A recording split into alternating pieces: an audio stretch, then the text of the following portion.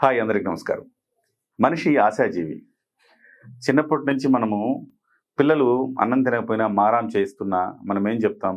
సరే నిన్ను పలానా చోటకి తీసుకెళ్తా, నీకు పలాంది కొనిపిస్తా, ముందు అన్నం తిను.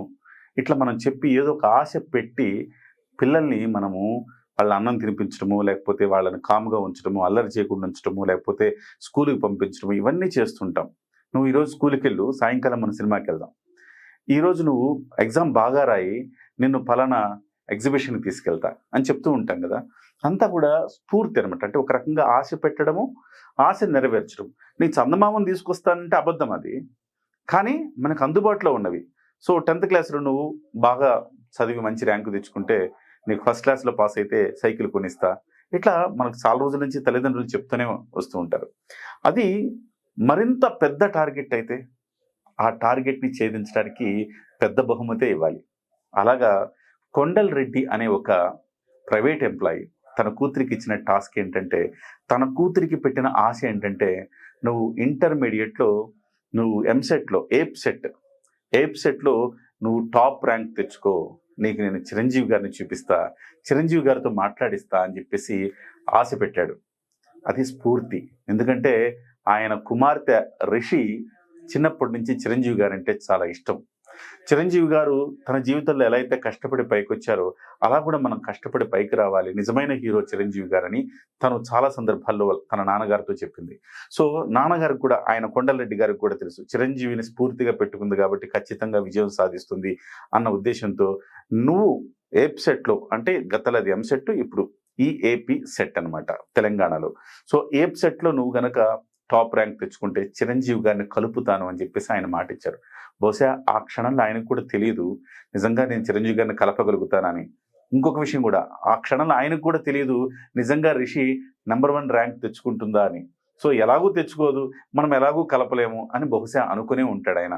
కానీ విచిత్రం ఏంటంటే చిరంజీవి గారిని కలవాలన్న కాంక్ష చాలా బలంగా పనిచేసింది. రిషి 40 ఏళ్ల చరిత్రను తిరగరాసింది. ఏప్సెట్ నంబర్ 1 ర్యాంకర్‌గా నిలిచింది. ఏంటి నంబర్ 1గా అంటే 40 ఏళ్ల చరిత్ర తిరగరాయటం ఏంటి అనుకుంటాం గదా! యెస్.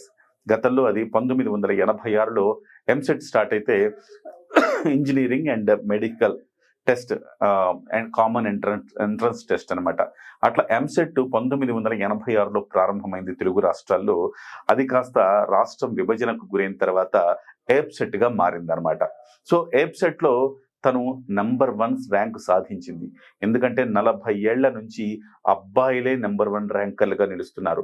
అమ్మాయిలు నంబర్ 1గా రాలేదు. అలాంటిది ఇవాళ చిరంజీవి గారి స్ఫూర్తితో, చిరంజీవి గారిని కలవాలన్న కాంక్షతో కష్టపడి చదివి నంబర్ 1 ర్యాంక్ సాధించింది రిషి. మరి రిషిని చిరంజీవి గారి దగ్గర కలపాలిగా. బట్ చిరంజీవి గారు ఇలాంటి విజేతల్ని, ఇలాంటి స్ఫూర్తిదాయకమైన మనుషుల్ని కలవటానికి ఎల్లప్పుడూ సిద్ధంగా ఉంటారు.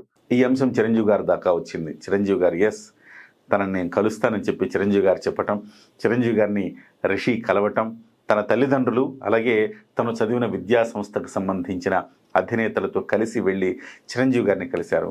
తను ఆ సందర్భంలో కొండలరెడ్డి గారు ఆల్మోస్ట్ ఎమోషనల్ అయ్యి తన కూతురికి చిరంజీవి గారిని చూపించగలిగాలన్న ఆనందం, తానేదో విజయం సాధించినట్టు, తాను విజయం అంటే తన కూతురు విజయం సాధించింది కానీ, విజయం సాధించిన తర్వాత తను ఏదైతే ప్రామిస్ చేశాడో ఆ ప్రామిస్‌ని నిలబెట్టుకోవడం కూడా ఒక టాస్క్. అది సాధించానన్న గర్వం ఆ తండ్రి కళ్ళల్లో కనపడింది. చిరంజీవి గారు అమ్మాయిని దగ్గర తీసుకొని ఆల్ ది బెస్ట్ నాన్న అని చెప్పి ఒక ల్యాప్‌టాప్ బహుమతిగా ఇచ్చారు. సో, రిషి 40 ఏళ్ల చరిత్రను తిరగరాసింది. రాబోయే రోజుల్లో ఐఏఎస్ అవ్వాలన్న కాంక్షతోటి ఆ అమ్మాయి చదువుతోంది. ఖచ్చితంగా మనం దీవిద్దాం ఆ చిన్నారిని. ఐఏఎస్ అవ్వాలి, ఒక మంచి స్థాయికి వెళ్ళాలి, సమాజానికి మంచి పనులు చేయాలని మనం ఆ చిన్నారిని ఆశీర్వదిద్దాం. సో, చిరంజీవి గారు ఎంతోమందిని ప్రతి సందర్భంలో చెప్తా ఉంటారు. చిరంజీవి గారు ఎంతోమందికి ఆదర్శప్రాయులు. సో, వాళ్ళు చిరంజీవి గారిని స్ఫూర్తిగా తీసుకుని ఐఏఎస్‌లు అయ్యారు, ఐపీఎస్‌లు అయ్యారు, తర్వాత బిజినెస్ మ్యాగ్నెట్స్ అయ్యారు, తర్వాత సినిమా ఇండస్ట్రీలోకి వచ్చారు, హీరోలు అయ్యారు, దర్శకులు అయ్యారు. ఇది నేను చాలా సందర్భాల్లో చెప్తా ఉంటాను. చిరంజీవి గారు సినిమా ఇండస్ట్రీకి మాత్రమే పరిమితం కాదని. ఇవాళ చిరంజీవి గారు మరొక్కసారి నిరూపితమైంది. చిరంజీవి గారు సినిమా ఇండస్ట్రీకి పరిమితం కాదు. ఈరోజు రిషి రేపొద్దున ఐఏఎస్ ఆఫీసర్ అయితే స్టిల్ రిషికి గుర్తుంటుంది నేను చిరంజీవి అభిమానిని, చిరంజీవి గారి స్ఫూర్తితో ఇవాళ నేను విజయం సాధించానని చెప్పేసి రిషి 10 మందికి చెప్తుంది. సో దట్ ఈజ్ చిరంజీవి అని చెప్పాలి. చిరంజీవి గారు కూడా ఇలా జరిగింది, ఇలాగ మిమ్మల్ని స్ఫూర్తిగా తీసుకుని చదివింది అనగానే ఆ అమ్మాయిని మళ్ళీ పిలిపించుకొని అభినందించి ల్యాప్టాప్ బహుమతిగా ఇచ్చి ఎంతో హంబుల్గా వాళ్ళ కుటుంబాన్ని సాదరంగా ఆహ్వానించాడు చూసారా. That is Chiranjeevi.